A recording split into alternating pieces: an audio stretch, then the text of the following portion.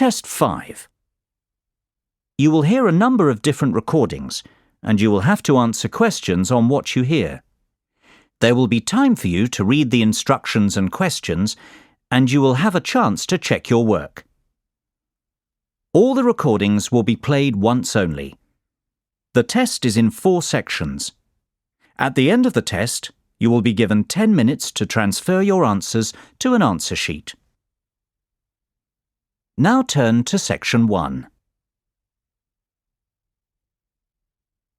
Section 1. You will hear a telephone conversation between a student and an employee at a university sports facility. First, you have some time to look at questions 1 to 5. Pause the recording for 30 seconds. You will see that there is an example that has been done for you. On this occasion only, the conversation relating to this will be played first. Hello, Ratner Athletics Centre. How can I help you? Yes, hi. I'm interested in finding out some information about membership. Certainly. Are you a student? No, is that a problem? I was a student here 2 years ago. All right, that's no problem. Current students get membership for no charge, but recreational memberships are also available for purchase for university faculty, staff, alumni and retirees, as well as their spouses and children. The answer is no charge, so this has been filled in for you. Now we shall begin. You should answer the questions as you listen, because you will not hear the recording a second time. Listen carefully and answer questions 1 to 5. Hello, Ratner Athletics Centre. How can I help you? Yes, hi. I'm interested in finding out some information about membership. Certainly. Are you a student? No, is that a problem? I was a student here 2 years ago. All right, that's no problem. Current students get membership for no charge, but recreational memberships are also available for purchase for university faculty, staff, alumni and retirees, as well as their spouses and children. OK, good. How much does it cost? For an alumnus, that's £240 annually, or £100 for a month. Oh, that's quite expensive. It's a shame I didn't take advantage of the athletics facility when I was a student here. I'll have to think about this. Well, we do offer a really excellent facility. For the cost, members have access to the Emily Pankhurst Fitness Centre, which is a beautiful exercise space, open and full of light. The fitness centre includes 2 weight circuits, free weights, rowing machines, elliptical trainers, recumbent and upright bicycles, step mills and treadmills, and many other activities. But the most prominent, and I'd have to say popular, feature of the Ratner Centre is the Dalton swimming pool. It's 50 metres by 25 metres and includes up to 20 lanes in the 25-metre dimension and 9 lanes in the 50-metre dimension, and also has 2 1-metre diving boards available. What activities specifically are you interested in? Yes, well, I'm interested in swimming and also in getting started with some weight training, although I've never tried it before in my life. I feel rather intimidated, actually. Is there instruction available? You know, someone to teach me to use the machines and maybe help me figure out a training programme to reach my goals?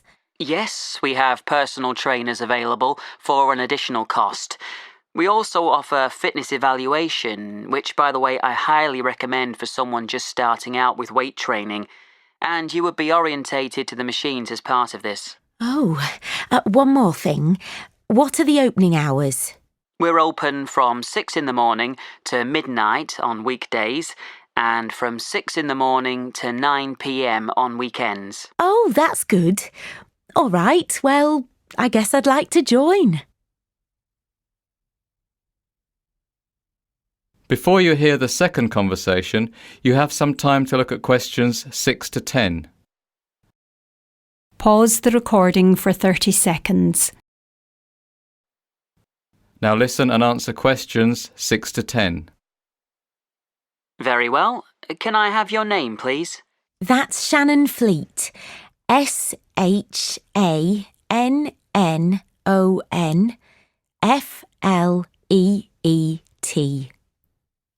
OK.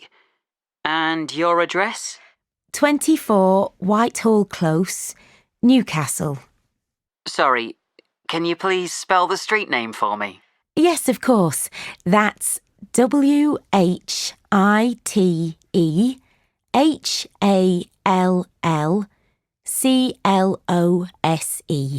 Got it. And your postcode? NE01EN. N as in night and E as in England? Yes, that's correct. Uh-huh. I'll need a phone number. OK, it's 9765 484 493. That's 9765 484 943. No, sorry. The last three numbers are 493, not 943. OK. Now, you'll need to pay when you come for the first time, and you can either pay by cash or credit card. I'll pay cash. Fine. And be sure to bring some sort of proof of address, like a bill or driver's licence. I don't drive. Will my electricity bill do? Yes, that's fine. And also bring a passport-sized photo so we can make up your membership card. OK, thanks. I'll come by this afternoon. That is the end of section 1. You now have half a minute to check your answers. Pause the recording for 30 seconds. Now turn to section 2.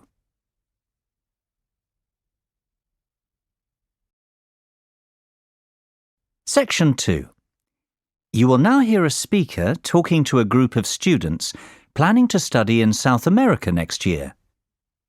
First, you have some time to look at questions 11 to 15. Pause the recording for 30 seconds. Now listen carefully and answer questions 11 to 15.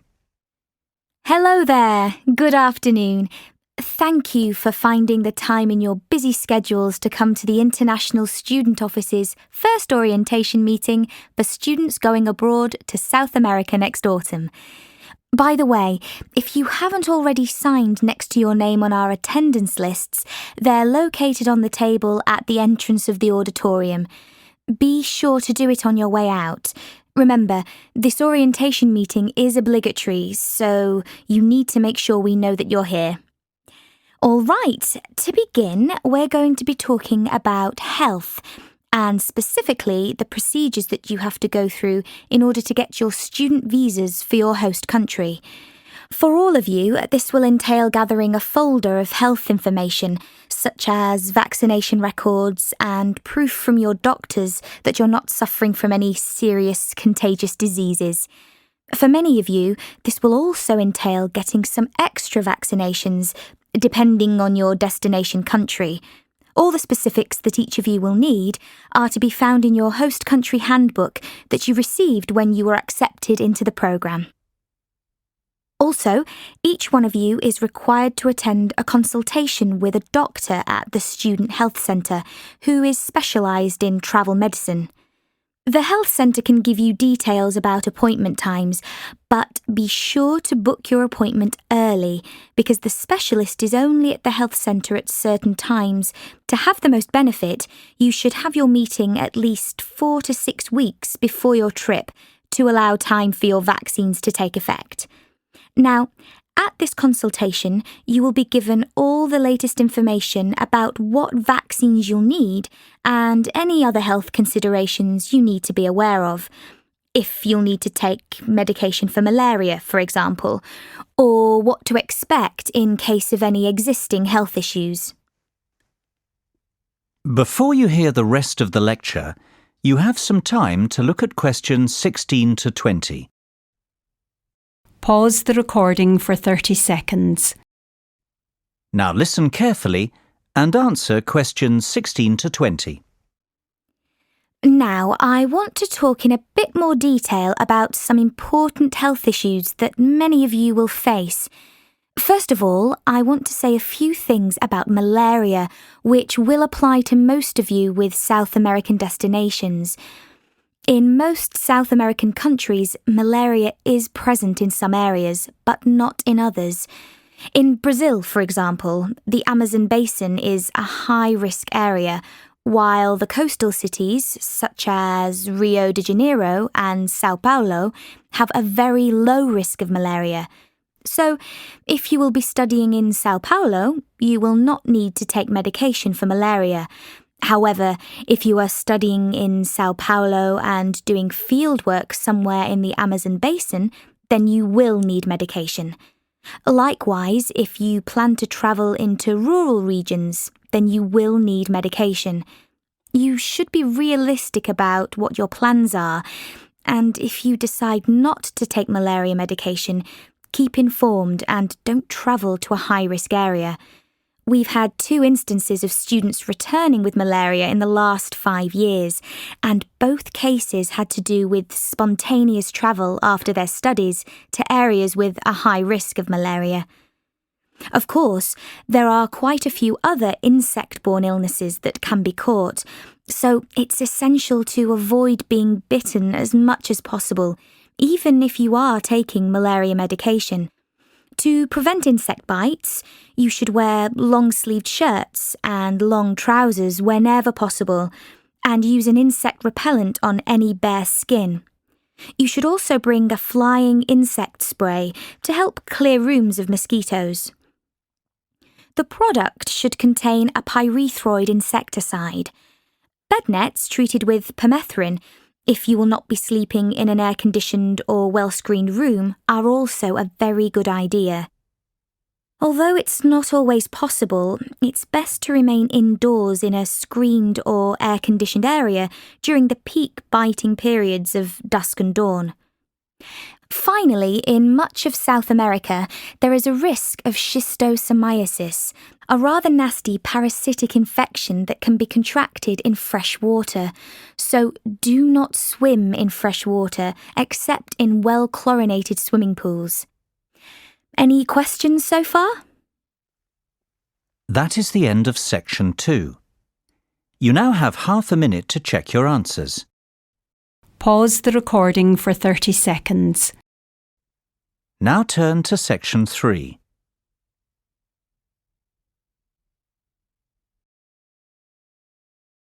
Section 3.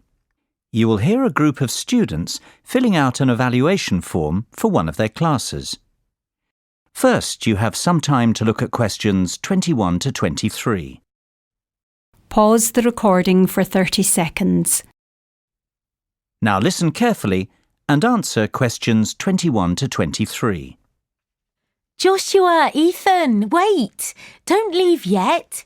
We have to fill in an evaluation form to hand in with our final project. Oh, not another one. We've done one of these forms after each project all term.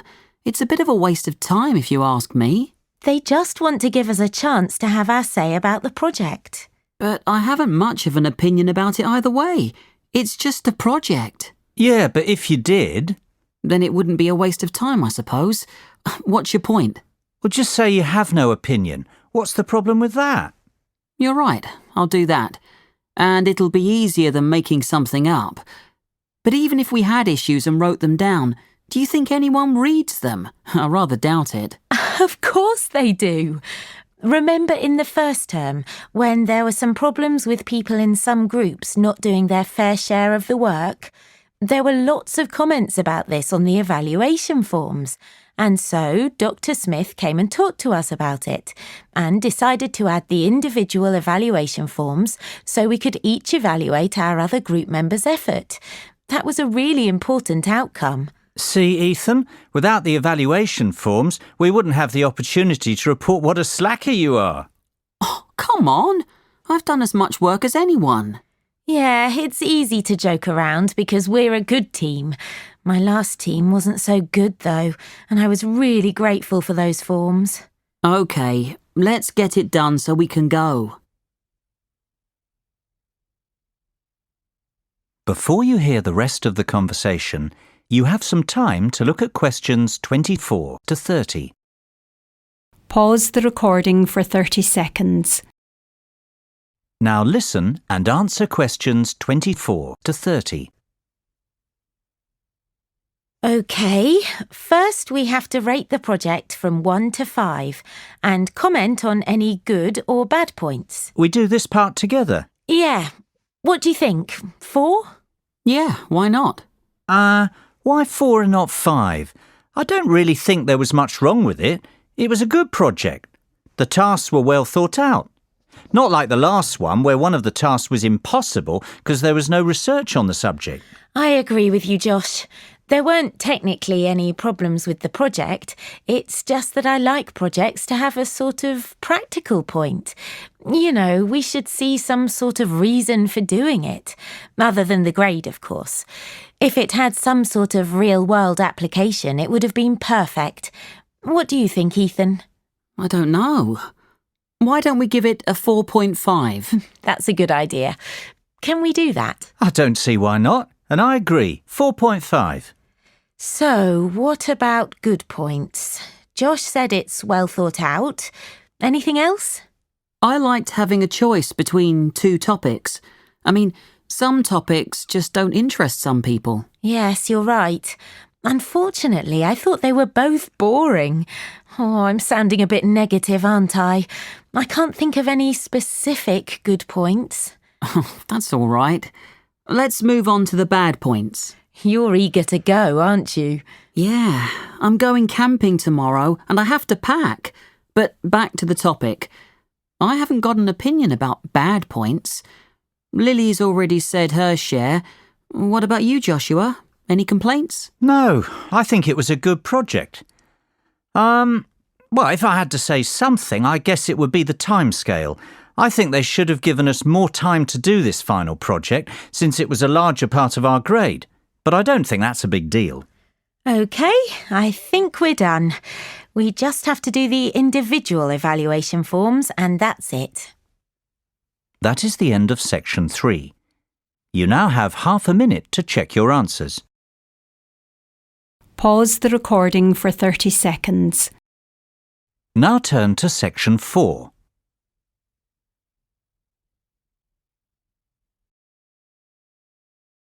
Section 4.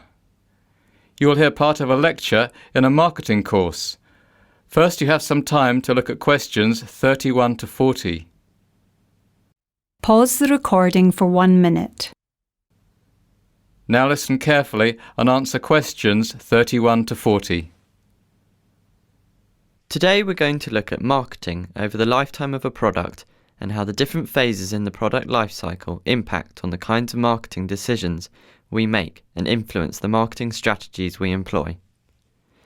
Of course, the first stage in the product lifecycle is known as the market introduction stage. At this point, costs are very high indeed, and since the product is fresh to the market, sales volumes can be low to start as the product has yet to take off. What the marketing department must do, therefore, is get as much publicity as possible for the product and begin to develop brand awareness and loyalty. Think of the process as little steps. The first step is to get the brand noticed by your target market. This will require aggressive advertising using mediums which are likely to expose the product to, and, just as importantly, appeal to the target customer. The next step would be to encourage the target market to try the product. Promotions, free trials and other special offers all play a role in enticing new customers over to your brand. Don't expect to make money during the market introduction stage. The focus should be solely on creating brand awareness. Then we move into the growth phase. Now here, costs will reduce dramatically as sales rise and economies of scale in production begin to kick in. Public awareness of the product has increased, and the focus of the marketing campaign will now switch more from creating awareness to generating customer loyalty and brand recognition. The first step for the marketing gurus is to find a way to reward return customers for their loyalty. In other words, provide them with an incentive to continue coming back. During the growth phase, several new competitors are likely to emerge as tangible threats to the business.